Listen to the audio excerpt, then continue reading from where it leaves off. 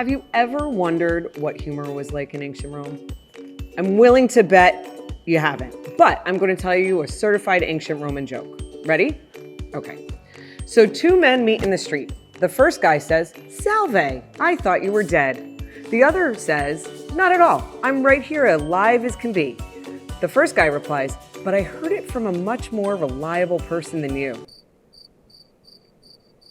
I'm going to imagine you're laughing and laughing really hard. But I am changing it up a bit today and taking you on a trip to ancient Rome. We are going to explore some of the genuine and not so genuine Roman artifacts in the Barnum's collection.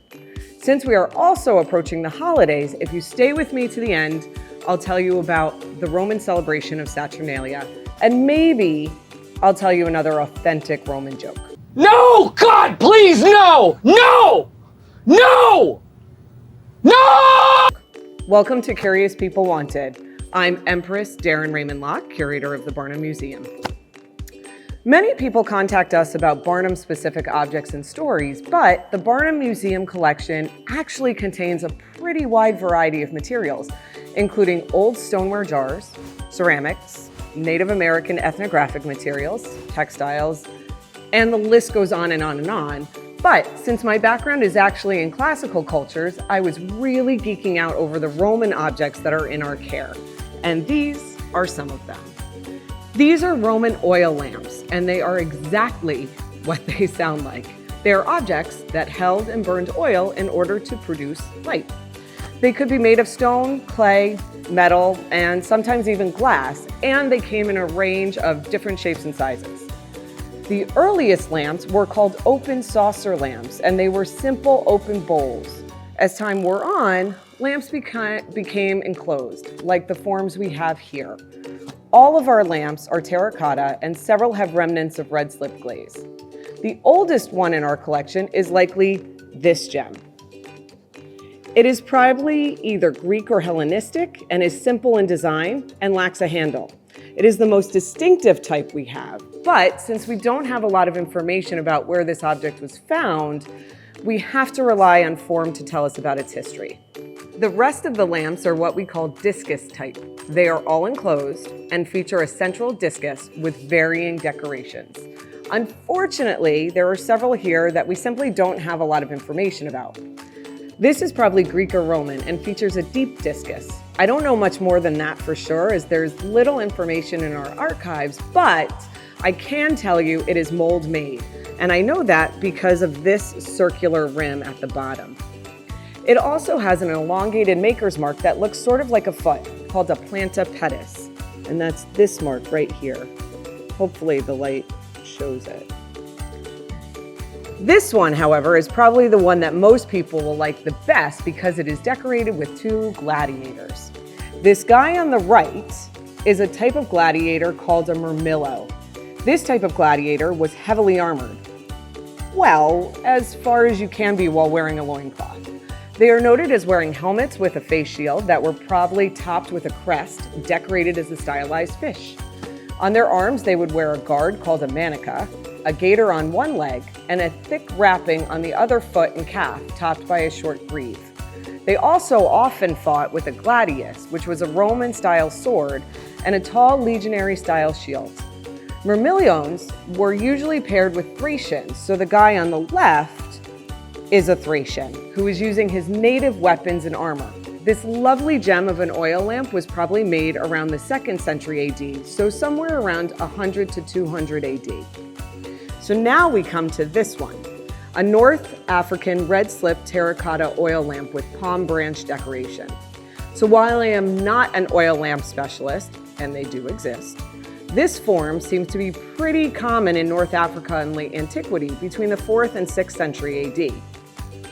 You have the flattened shoulders and elongated rounded nozzle with a short lug handle.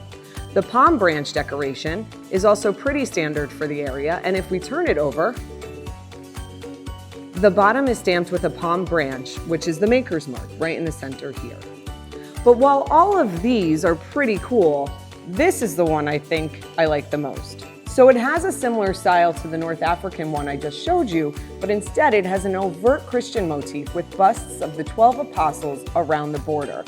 The central figure is Christ, surrounded by the saying, "Pacem meum do vobis," which means, "My peace I give unto you." The thing about this one is that it actually isn't Roman at all.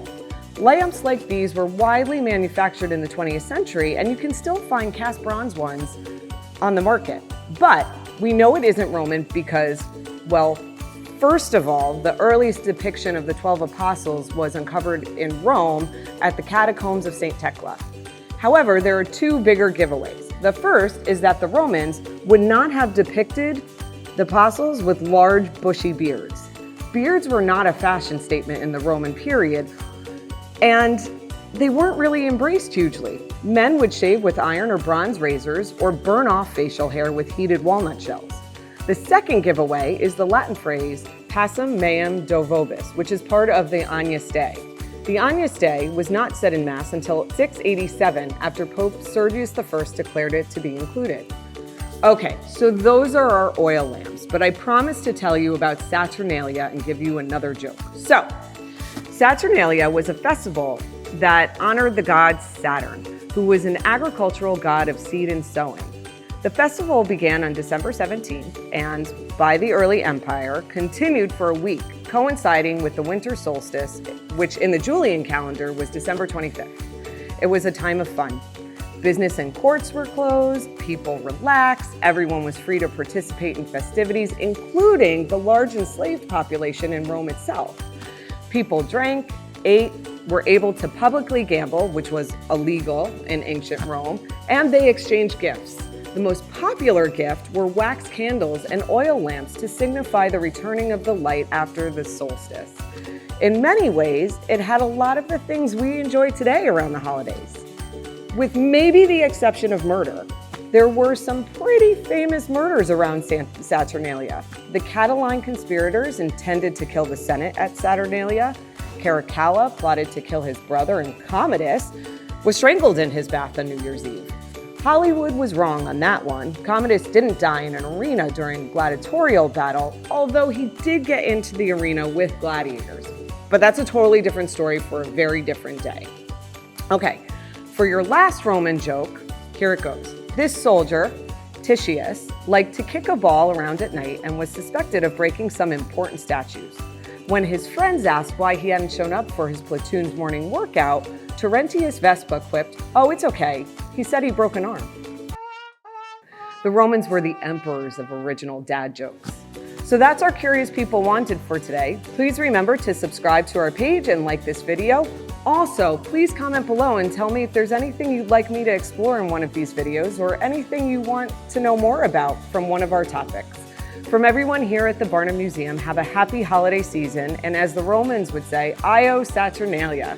But mostly, please remember to stay curious.